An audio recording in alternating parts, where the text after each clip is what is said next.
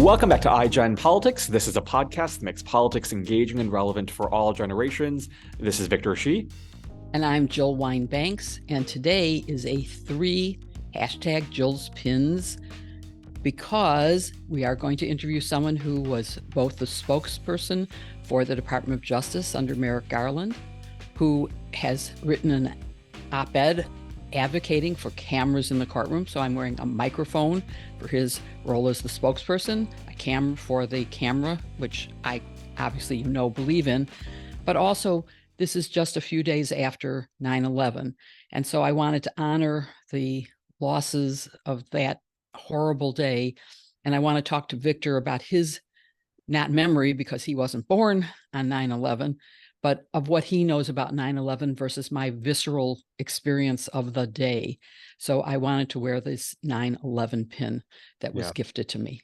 Well, Jill, like you said, we are recording this a couple of days after September 11th, and that marked 22 years since that event. And, I wasn't born on 9/11. I only remember 9/11 through pictures and stories and videos. My clearest sort of sense of 9/11 was actually through my AP US history teacher, who was in the building on 9/11. And on 9/11, when I was in his class, he told all of us about what it was like to be in that building. And he told the story of this one person named Rick Rescorla. I don't know have you heard of Rick Rescorla at all? No. He was one of the people who probably a generational difference. He was one of the people who while he was there, he worked for Morgan Stanley, and Rick was the guy who led all of the kind of evacuation preparations leading up to 9/11. There was an incident in 1993 in the World Trade Centers, and he basically warned that something like this might happen again. And so he told us that story of Rick sort of walking all of them through that, and then how Rick went back into the building after all of them had evacuated.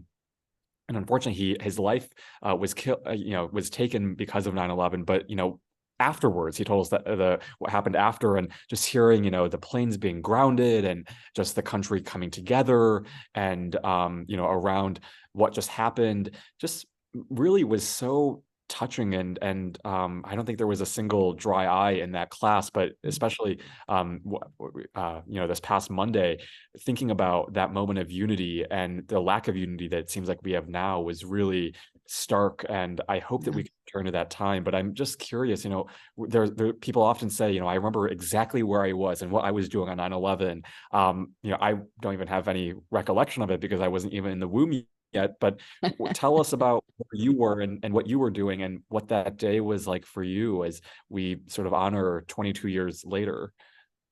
Well, I was actually giving a speech at the Evanston Chamber of Commerce with my then boss, Ken Lehman, who headed up Winning Workplaces, a not-for-profit that I was the CEO of. And we were talking about how you could make companies better workplaces by being good to your employees, and that would make you more profitable as well as just doing the right thing. And I saw someone come into the room to talk to the head of the chamber, but kept on going. And at the end, he came up and he said, "I have to announce that there has been a plane crash into the World Trade Center." And I couldn't even envision what that meant, but it obviously sounded ominous. And Ken and I ended up leaving there, walking back to the office, which was just a block away, and then going to his house and calling Michael, who then came to Ken's house, and Ken and Lucy, his wife, and I watched in total disbelief what was happening. I then became very concerned because, of course, I went to Columbia. So many of my law school classmates worked in New York, some of them in that building. I am blessed that everyone who worked there was safe. They either were in court or they were late for work. Something happened, and I'm just lucky that I lost no one that day. But I also had a trip to New York just about a week later, and planes had stopped being grounded. but almost no one was flying. Everyone was too afraid. But I'm brave. And so I went to the airport and it was empty. And I got on the plane, and you know me and you know my values.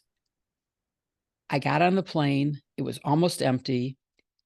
And then someone came onto the plane carrying a brown paper bag, speaking on a cell phone in Arabic. And I actually, for the first time in my life, started thinking, oh my God, why does he have a brown paper bag? And, you know, if it had been anyone else, I wouldn't have probably thought that. But it was too raw and too close. I said to myself, this is ridiculous. You cannot assume. And of course, I stayed on the plane, and I made it. But I really had to think hard about what that moment meant, that I could have gone to that place where I was categorizing him because he was speaking Arabic. And I have, you know, struggled with having felt that way. But I don't think you can ever know how horrible that feeling of watching it live was. And then I did go to Lower Manhattan. You couldn't get quite to the, you know, ground zero, but everything, there were pictures up all over of people who were missing or lost, dead. There was ash inches deep everywhere, anywhere near there.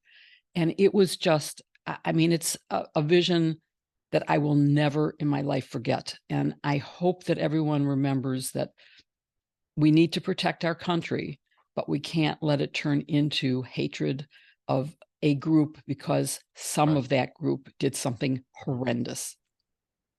And I was in New York over spring break this past year, and I did get to go to the 9/11 memorial site, and it's so it's something breathtaking and so heartbreaking to see all the names etched into that little kind of you know, that area, and it's really touching, and to think about what happened on that day, and then also like you said, sort of the aftermath of witnessing, you know, what it looked like. And I also want to ask you about sort of the unity part, because that was one thing I mentioned, and you know, someone who I feel like sort of embodies how far we've come and sort of how far astray we've come is Rudy Giuliani, and someone who at the time had a lot of, you know, had a large part in unifying the country, unifying New York, George W. Bush even, and what he did, and looking now and kind of how far Rudy Giuliani has come since that moment, and how far our nation has come, arguably for the worse, makes me sad. And, you know, the equivalent, I feel like, for my generation is January 6th, and watching people, you know, from within, domestic people, storm the Capitol and just totally desecrate it. I thought that would be a moment that we could come together, but unfortunately, as you and I both know very well, it's not, and we seem to be more divided than ever before. What do you think about sort of our prospect of having another 9/11 moment? Is that possible now? That is a terrifying question. Let me make a couple of comments. One, anyone who was mayor of New York would have had the support of America at that point. And, you know, when we look at the toll of that day, I think we're going to see the same toll in the devastation of the earthquake now. I think there are close to 3,000 people who are reported dead now. And we need to have the same care and sympathy for that loss as well. And we ought to take some climate action to prevent continuing wildfires like hit Maui, like floods that have now killed thousands in Libya, and earthquakes. I'm not sure earthquakes are related to climate. Let me just say that. But the wildfires and the floods, yes, they are.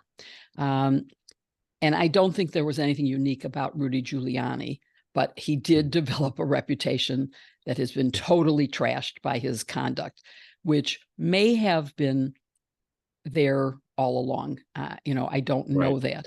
I want to sort of maybe end this discussion with a more cheerful note about the World Trade Centers.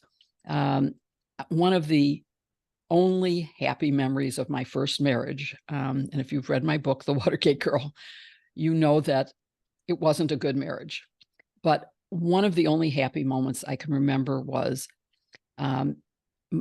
two other couples, and Ian and I had wedding anniversaries in August, and the men got together and planned a wonderful thing. They sent a hand scripted invitation to all the wives, the three of us, and said, be ready at 5 o'clock in black tie.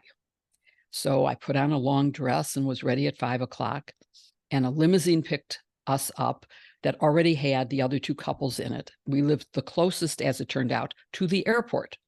And we went to the airport, got on the shuttle to New York in black tie. I lived in Washington, got off in New York, were picked up by a limousine and whisked to the World Trade Center, where we had drinks overlooking this amazing view of Manhattan. And then we were whisked to a lovely dinner, and then to the Cafe Carlyle, which was very famous for Bobby Short piano. And then the waiter handed each of us a key to a room. We all were staying overnight, and the men had actually packed a suitcase for all the women, so that we would have clothes for the next day. So that was really a lovely evening, and was probably the only time I was in the World Trade Center. So I do have this fond memory of it. And I did go to see, after it was reconstructed, one of my friend's daughters had an office there, and I went to visit her and to see the memorial. And so I do, I think it's a sign of the vitality of America that we have rebuilt there, and that we continue as a democracy or as a republic for as long as we can keep it. Those words ring out to me now as we face a terrible lack of bipartisanship, a terrible abundance of mis and disinformation. And I look forward to our conversation today with someone who can maybe enlighten us about how to get rid of some of the dis and misinformation, and how cameras in the courtroom can help in getting the facts out. But ending the lack of bipartisanship, I think, is a bigger topic than we can handle. Yes, absolutely. And, there's that saying that sunlight is the best disinfectant. And that's exactly what we're going to talk about today, because for those of you who have listened to this podcast before, you know how big fans of cameras in the courtroom we are. This need is especially important now with the upcoming trials facing Donald Trump, and the need for voters to assess the evidence to determine how to vote.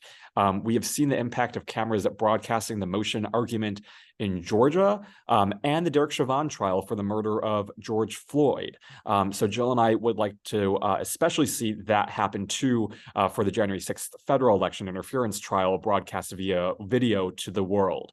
After all, victims are typically allowed in the courtroom, and because we are all victims of that effort to overturn our right to vote, we deserve to see it. But what will it take to get there? And today, like Jill said, we have a great guest to talk about that and much more.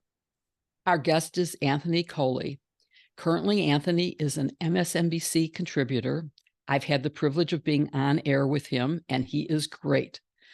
Before that, Anthony served as the spokesperson for Merrick Garland at the Department of Justice. He served from February of 2021, so really right after the inauguration, until January of 2023. This means he was at the department when the criticisms of Merrick Garland were at their highest. Anthony was also an assistant secretary at the Department of Treasury and has an extensive background in communications and press. So we're going to also talk to him about another subject that's a favorite of ours, which is messaging and how we can convince voters that the facts mean they should feel good about the economy, foreign relations, and our country, as well as about his op-ed about cameras in the courtroom. Thank you, Anthony, for being with us today. It's great to have you. I am thrilled to be here. Victor, and I got to say, I just love how contagious your enthusiasm is and your commitment to the cause. And Joe, I got to tell you, the more I learn about your incredible career. I mean, just the more privileged I am to just share the screen with you. I will tell you, I listen to Sisters-in-Law regularly, and I think isn't that one of the Politicon Yes, it is. podcasts? So Yeah. I listen to them regularly. And Jill, you told a story 2 Fridays ago that I just loved, that made me go out and buy your book. So I look forward to reading it. But this is, Victor, to everybody, Jill, to everybody who is watching or listening to this conversation. 2 weeks ago, the first 6 minutes of the conversation was devoted to advice that the sisters-in-law would tell their younger selves. And it was really good and insightful, and particularly for the young people who are listening or watching to this. Go back. Number one, just make Sisters-in-Law, as well as this one, a part of your regular diet, but listen to the first 6 minutes of this broadcast. Was it 2 Fridays ago, Jill? I think it was. Was that the Rudy episode? I'll have to look it up, and we'll post it on this on our show notes for this one. Yeah. Incredible advice, particularly for good advice for younger people who are just getting started in their careers. So excellent. Absolutely. Thank you. Well, by the way, we're going to ask you that same question at Yes. the end of our show. All right. So think about it. All right.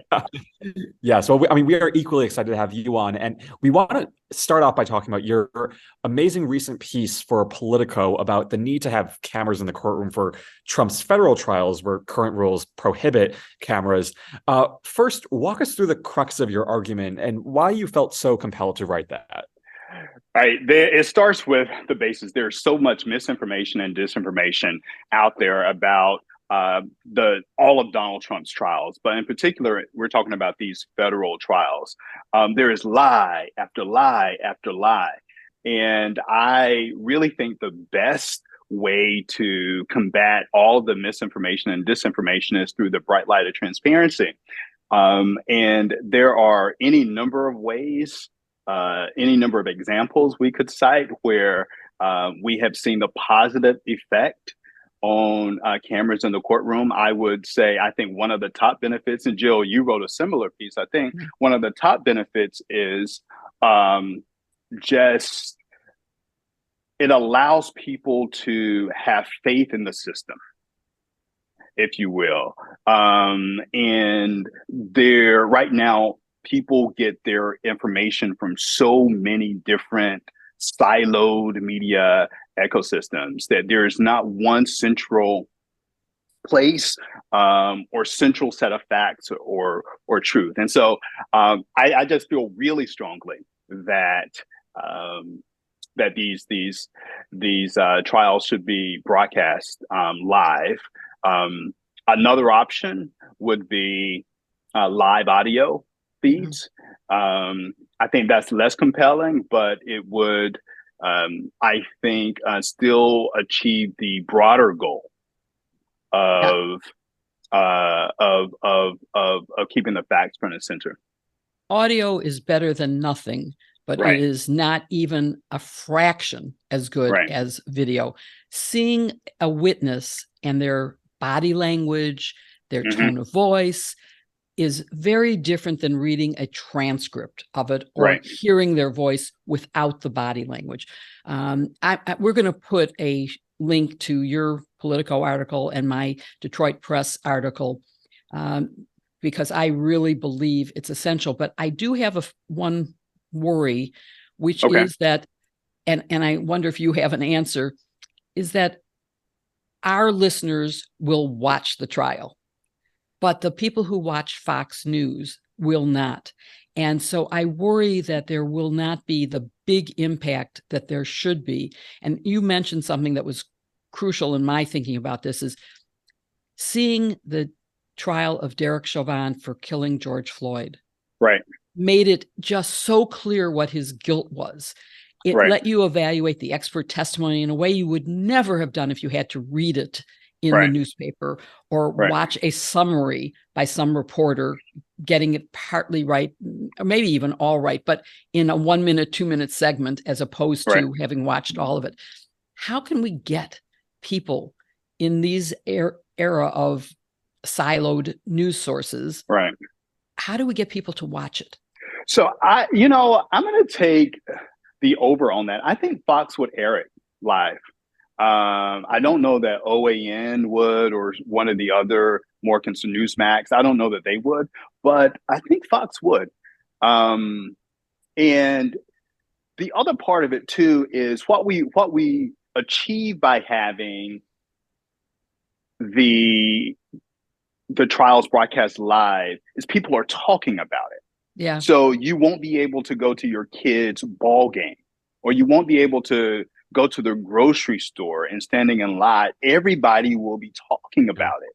And I think I don't want to say it's peer pressure, but I think the inquisitive minds will say, let me go over here myself and see what's being said. That's my hope. My question, I guess, for you, Jill, is there are two ways for this to happen, right? One is through the Judicial Conference of the United States. Right. Which is, for folks who may not know, that's the policy-making body for the federal judiciary. They meet twice a year. I think they meet in a couple weeks here in Washington. It's chaired by the Chief Justice of the Supreme Court, John Roberts. They can change the rules. There have been pilots. And then the other option is through federal legislation. Which one of those two options do you think is the most likely way for us to get cameras in the courtroom? Well, I will answer that in a vague way, because we know that despite the success of the federal experiment, they voted to not continue the experiment. Right. So that's horrible. And I don't think that Justice Roberts is going to change his mind, although maybe he will succumb to some pressure about the reputation of the court and encourage it, at least for these trials, which are of national importance, and in which one of the arguments I made in my piece was that this is even more important than any other trial, because victims we all were. We were the victims of the attempt to take away counting all the votes. And victims have a right to be in the courtroom. And the only way all of us can be in the courtroom is by it being televised. So I think there's extra reasons here. And if they don't act, then I think that Congress must do something. But Congress is pretty much dysfunctional right now. They get very little done. They may not even be keeping our government going. So I don't know. I think it is the right thing to do. And I think there should be a mass movement to get it to happen. And I hope that people will respond to that. If I can go back to something, Anthony, that you were saying about, getting the conversation started. This is something that I often think about when I go on Fox is, I'm not trying to reach those extreme Republicans, but it's just hopefully reaching that person who might be walking past the television at a grocery store and they tune in for that couple of minutes. But going back to the point that Jill mentioned about what it'll take to, do you think that even if the conversation gets started, what will it take to convince Republicans and those who might be January 6th deniers or skeptics that, in fact, what happened on January 6th was a serious crime and Trump must be held accountable? So I got to tell you, after watching Trump go to this Iowa State football game over the weekend, I started to question how much about what we think is actually happening on the kind of right side of the equation. And I'm going to just throw this out here. I am not convinced. I think there may be a silent majority over there. Do you remember the photograph where the guy, I'm not going to demonstrate, but the guy was, Donald Trump was waving, and then there was a guy, kind of burly, overweight, or kind of thick, husky, white dude, giving him the finger. I thought that was refreshing. I'm just going to be candid about that. I thought that was refreshing. And not just that it happened, but that he did it and he wasn't afraid to do it in front of all of those other people. And so that tells me here that there is something happening outside the Beltway that we may not always see. Kind of, we're focused myopically on the news of the day and the tweet of the day. I feel like there may be something else going on. I don't know, Victor, if that answers your question, but Joe Biden is a person who has deep faith that the American people will get it right. And do you remember going back to the last midterm election? He gave this speech about how democracy was at stake. Yeah. And there were a lot of people like me in Washington who were saying, no, he's taking attention away from the candidates in the field, right? He shouldn't be doing this. It's not about him. He's not on the ballot. But it worked. Yeah. And he used the megaphone to center the argument. And what we saw that happen in 2022 is the same thing that we saw that happened 2 years before, that a majority of people came out and they voted for democracy. So that's not to say that the threat on the right isn't real. It is real. I'm not just sure how deep it is. I think it's deep enough to propel Donald Trump to the Republican nomination. But beyond that, I don't know. And this is not, and I should preface that remark by saying the following. This will be a close election, regardless, right? There are only 44,000 votes in 3 states that separated Joe Biden and Donald Trump: Georgia, Wisconsin, Arizona. It's going to be a close election. And what we are seeing right now across the country are attempts to shrink the voter pool, right? So you don't have as many people who are likely to be Democrats going to the cast their votes for Democrats. Mm-hmm. So, I mean, we all have got to be vigilant, because it may not be the same type of election that we saw in 2022, right? The rules may be different. So I feel like I'm kind of going off on a tangent, but no, that was a great answer. I think you made me feel better in your original answer to Victor's question. And I think you're right that he only controls maybe even a third of the Republican Party, which in a primary is definitely enough to carry. And he has never won the popular vote. And I think it's really up to Democrats to get out the vote and to make sure that everyone who can vote does vote, and that we keep fighting in court to make sure that everyone can vote. But let's go back to the camera issue, because you made a point in your piece that colleagues of yours at the Department of Justice might be concerned about cameras in the courtroom. What are their concerns? Because I just don't get it. We haven't seen anybody playing to the cameras. And cameras are now minuscule things that can be hidden behind the wall. They're not the huge, giant TV cameras of the 50s that would, be in the way in a courtroom. What are their objections? So I suspect they would say 2 things. I haven't spoken to anybody about it, but I know how the building thinks. I think they would say 2 things. Number one, they would say that it's not their decision, right? It's the Judicial Conference's decision. So they would make that distinction. And number 2, I think they would worry about the safety of the prosecutors. There are a number of folks whom I know, Jill, who I'm sure you probably know as well, who are doing incredible work. But we have seen what has happened when Donald Trump and others around him throw these false attacks and accusations to all these folks. And so I think they would worry about the safety of the prosecutors.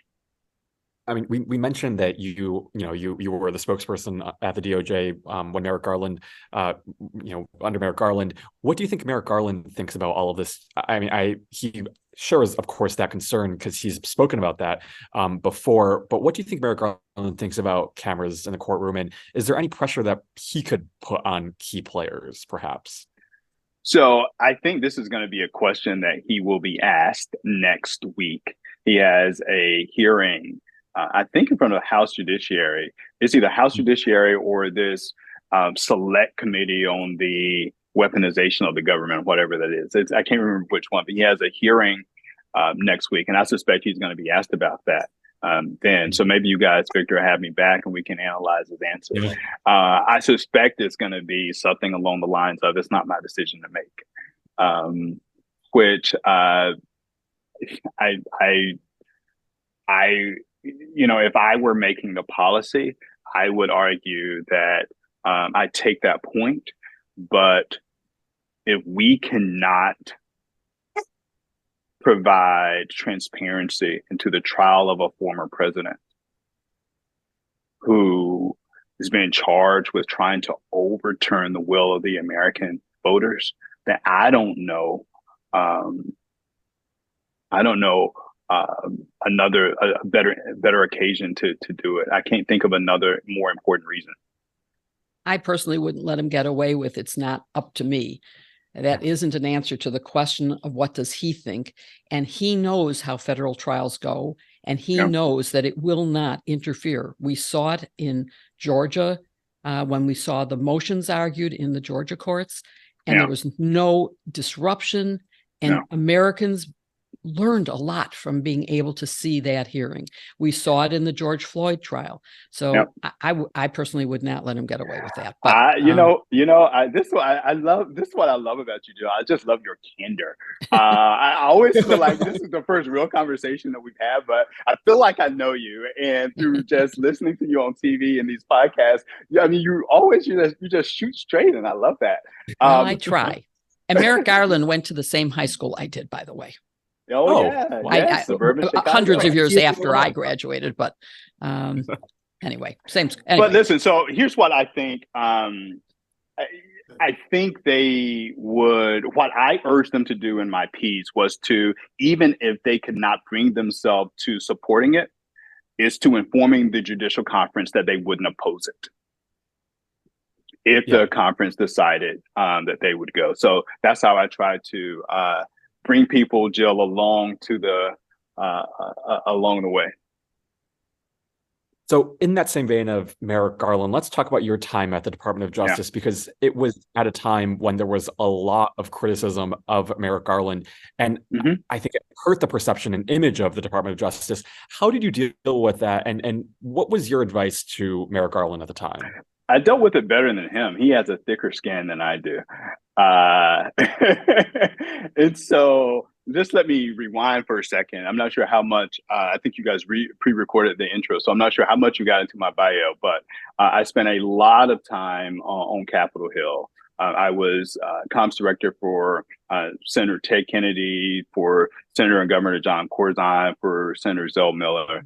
I've done a couple presidential campaigns. But there's still something very personal. I take it personally when people I work for are attacked. I would hope I would have a thicker skin, but I think the reason my reaction was probably, speaking candidly, Jill, is because I saw how hard that he and others were trying to get it right. Right. I saw them put in place people and processes to make sure that just the rule of law and equal justice under law remained front and center in the department. And so that's what frustrated me. Like, they really, after the 4 years of the Trump administration, when so many people there in the Trump time pushed the bounds of what was appropriate, to put it mildly. I lived through the transition to Edward Levy to rebuild the Department of Justice. And so I certainly understand the need to rebuild and recreate a credibility for the Department of Justice after what had happened in the Trump administration. But I wonder if you think that some of his decisions were the right ones. And then I want to talk about communications. But in terms of his decision to not appoint a special counsel for the investigation until way late, and his decision now to make Weiss a special counsel to investigate what has failed as an investigation and to prosecute cases that would never be prosecuted except for the name of the defendant, which is, of course, anti-justice. So the decision that I didn't like the most is not even close, is the first E. Jean Carroll decision. I just... Good one. it just didn't sit well with me. And it looks like... Let's tell our audience what that was, just in case they aren't following. You're the lawyer, so I will let you. You're the lawyer, so I will... Basically, they said, well, yeah, we'll defend him because he was acting in the scope of his job, which to me was a totally ridiculous concept, and which they have now finally withdrawn from. And so he had to get his own private lawyer. It clearly wasn't in the scope of his job any more than January 6th or overturning the election or asking for votes in Georgia. Those are not part of the job of the president or the chief of staff or anybody else. Those are political activities on behalf of a candidate. Okay. Sorry, that answers that. So that's the very top. There's nothing even close. That really bothered me. And I'm glad to see that the DOJ now appears to be trying to get it right in that case. I think in terms of the special counsel, he made the appointment first with the first special counsel. He did that because he said extraordinary circumstances demanded it. And what are the extraordinary circumstances? The former president running for his job against the current president in whose cabinet Merrick Garland served, right? And that didn't exist before Trump announced that he would run for president. So that announcement, I think, was the precipitating reason for that action. And that feels right to me. Joe, I have a lot of confidence in the career prosecutors of the Justice Department, and I think that they could handle just about any prosecution that comes their way. Now, having said that, excuse me, there's also this this perception that we have to contend with. And one of the things the Attorney General said early on in his tenure is that it's not just enough to do the right thing. People have to, we have to appear to do the right thing. And so I think that's what he was trying to do with the appointment of this, of both of these special counsels, to be honest, not just doing the right thing, but looking like you're doing the right thing. So. Okay. I'll let you end with that. I'm curious. I'm interested in your thoughts. I know you have a different point of view, but does that make sense? Does that square? No, I mean, what you said makes sense. I mean, obviously there was a lot of disruption in the waiting for the appointment of what turns out to be a fabulous special prosecutor, special counsel, as they're called now, with Jack Smith.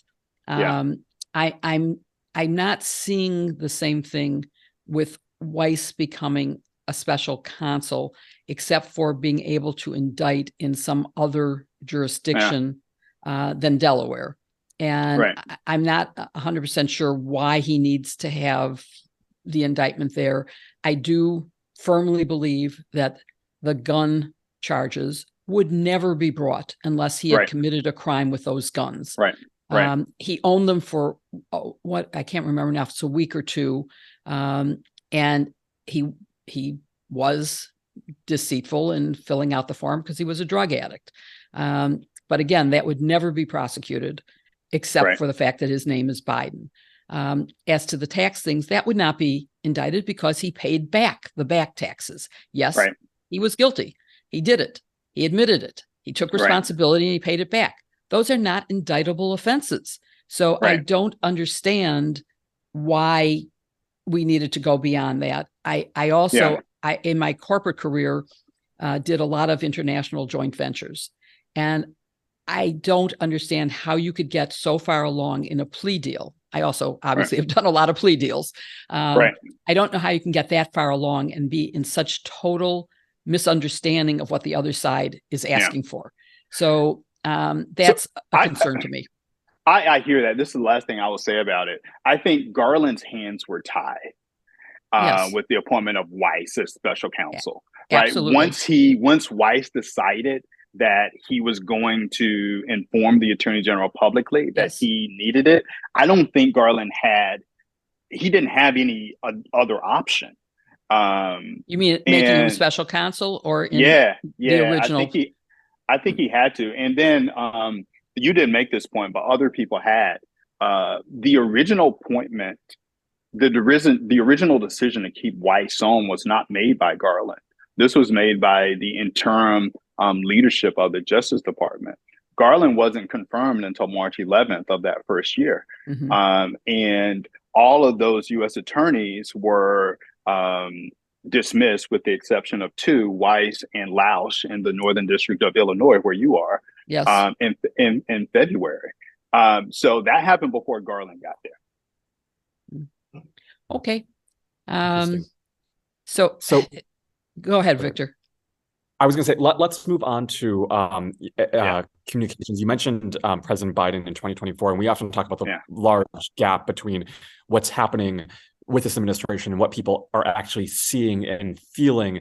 And so we wanted to ask you, as someone who has been in the comms world for so long and is an expert, about your thoughts, particularly on all the amazing things that Biden has done, but also why that message doesn't seem to be getting across and how we can fix that possibly. Yeah, it's not getting across. There's a fundamental disconnect between what he has done and what people think he has done, and the fact that many people still aren't feeling it. I think one of the things that he needs to do, or the campaign needs to do better, is deploy more individuals. You know, Biden himself, he's a good communicator, but you need to have more people out in the echo chamber making the point more effectively, right? Somebody once told me maybe a week or so ago that it's a reporter who was present for a new ferry that had been purchased by a town with funds from the Inflation Reduction Act, right? That may sound like not a big deal, but for real people, across the country, and there was no high-level administration presence for that. So my hope is that over the course of the next several weeks and months, that more people from the administration will be on hand for these types of ribbon cuttings. But I think, Victor, there is something deeper happening in the country.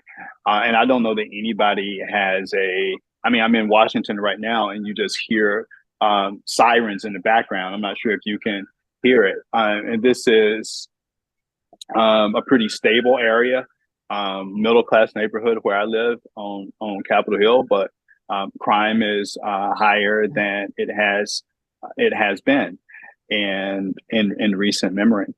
And there are a number of factors that are at play here. I think the siloed media ecosystem is one of those factors. There is not a single source of truth nowadays, right? People not as much as they used to, people don't gather around their television at 6:30 and watch Walter Cronkite, right? I wish Victor doesn't even know who Victor Cronkite is. Oh, I've heard of him. In a museum, probably. Yes, but there's not that anymore. So I think there are a number of things that are happening that contribute to this lack of enthusiasm we are seeing right now for the president's reelection. But I have faith in history that what we saw during the Barack Obama first term will happen again in this term. With Bill Clinton, even, I'll go back there. In the 94-95 period, there were legitimate questions about whether or not he would be reelected. And he was. I just am so upset that the reality doesn't match what's reported. I'm sad that the media focuses on different things with Biden and with Trump.